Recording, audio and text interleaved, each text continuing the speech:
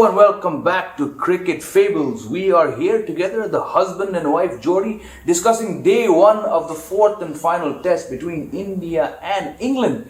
Another day of Indian dominance, and really, to my mind, Meha, England have only themselves to blame for being out for 205. That's right.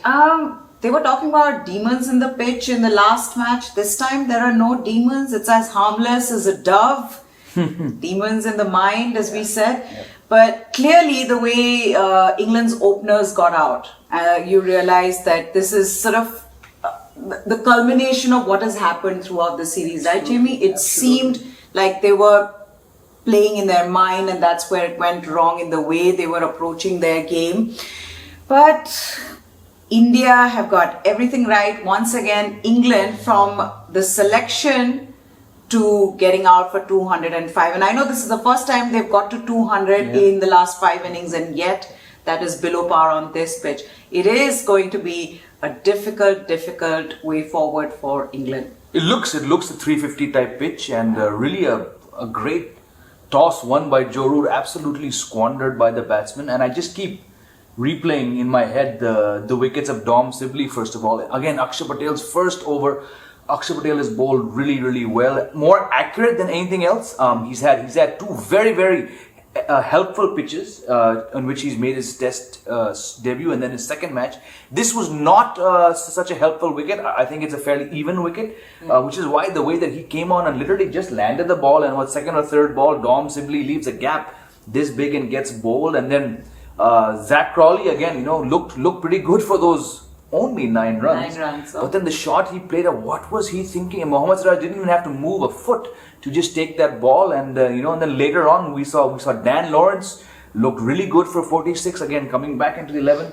What was he doing? Dancing down and charging. So these 3 wickets, a couple unlucky ones. I think Ollie Pope can consider himself a bit unlucky, because you don't always see batsmen get out like that.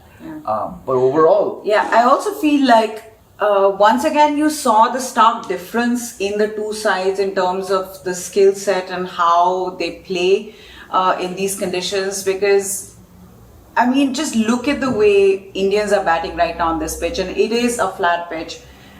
Yes, the new ball, when you start with the new ball, there is something for your fast bowler, and that's what Mohammad Siraj showed, in fact, in the way he bowled and getting that crucial wicket of Joe Root, and the way he set him up, Jamie, as well.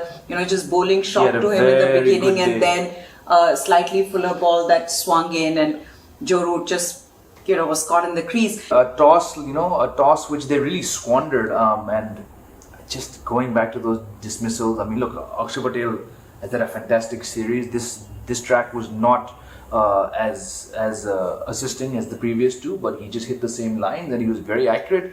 Ashwin, it took him about, I think I counted 75 deliveries for him to get his first wicket, which is very late into a spell for him. But once he got stuck, he also got 3 wickets, and then overall 4 to Akshar, 3 to Ashwin, and 1 to Sundar. That's 8 wickets falling to spin. So clearly, there is the biggest weakness this England team has. Yeah, and that also goes on to show their team selection, where they went in with an extra batsman, and you had commentators talk of how that is a negative way to go into the test match. Akash was saying that, Akash Chopra.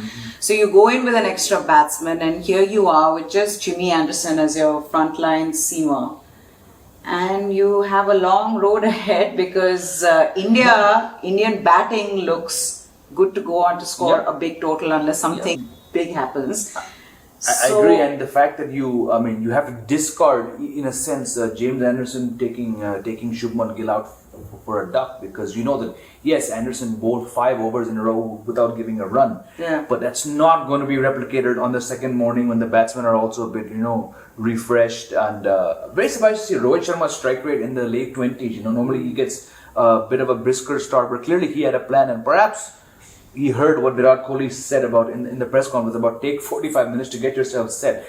Very un-Rohit innings so far, because you see Pujara's strike rate is about 4 or 5 digits higher than his. So I think he's just setting himself up for another big innings. Yeah. The other thing, I genuinely believe that England are just making sure they don't help Australia. They're doing everything in their power to make sure that Australia don't make it to the World Test Championship, because if they win, then Australia goes in. I just go back to what I said earlier. This is a 350 pitch, and England just really blew that chance. A couple daft shots, some poor application. I think we need to talk about Mohammad Siraj because here's a bowler who. Not many were saying, would play this match because of Umesh Yadav being fit and, and his record over the last 3 years in home conditions, outstanding. But clearly the team management said, here's Mohammad Siraj, who's done really well in 5 test matches. Let's pick him because he's been playing a lot more than Umesh Yadav. And those 2 wickets, especially Joe Root and then Bairstow, exactly what Umesh Yadav is known to do. Hit the deck quick and then bring the ball in so sharply. Root in particular, just stone dead. So in a match which many expected to be dominated by spin, we saw Mohammad Siraj repay the team management's fate with those 2 big wickets. Overall, 8 to spin and then 2 outstanding balls from Mohammad Siraj. It speaks about the depth India's pace has right now.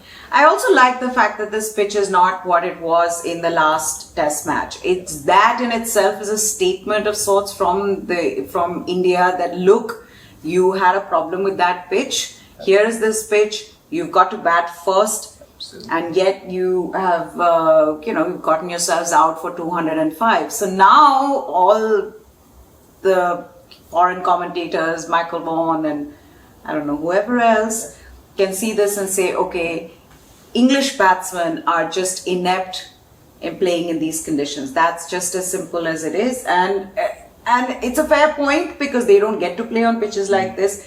But if they think of how they need to improve, then probably it has to be more systematic, where, it's like they collectively decide that, look, we need to get better when we're going to play in these conditions, because there is no other way. There is no other way I see England team surviving on pitches like this. Yeah, absolutely. I mean, especially just that Dom Sibley's wicket, the first to fall. It was like, did we see that coming? It was so unfortunate that from an English perspective, we saw it. We were like, oh, this is going to be so simple. You can almost vision Akshar, ambling up and just letting the ball go on the dime, and he gets a wicket. So clearly there are mental issues, there are technical issues. I mean, we heard Joe Root, was apparently told the team, just guts it out. I mean, if guts it out is the approach, what was Zach Crawley doing? What was Dan Lawrence doing? So overall, and again, Root, I mean, that 218 he scored in the first test match seems like 3 months ago.